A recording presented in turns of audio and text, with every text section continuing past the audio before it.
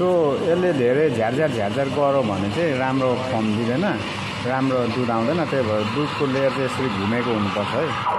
अब लातेको लागि तपाईँले 60-65 डिग्री हट गर्नुपर्छ है।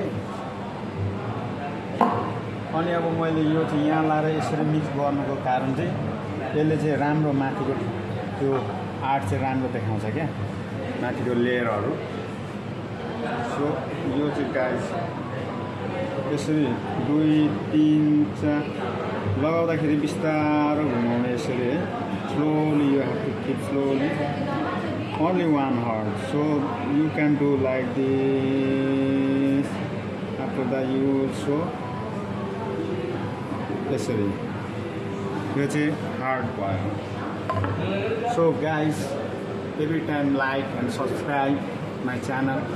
मलाई चाहिँ माया गरिदिनु होला तपाईँहरूलाई होइन। मेरो अब माया लाग्छ लाग्दैन, म चाहिँ तपाईँहरूलाई धेरै माया गर्छु। नयाँ जति पनि हुनुहुन्छ यो हाम्रो बारिस्टा होइन टिमलाई मानौँ न, एउटा world barista team. Help each other, share each other the knowledge. So thank you guys.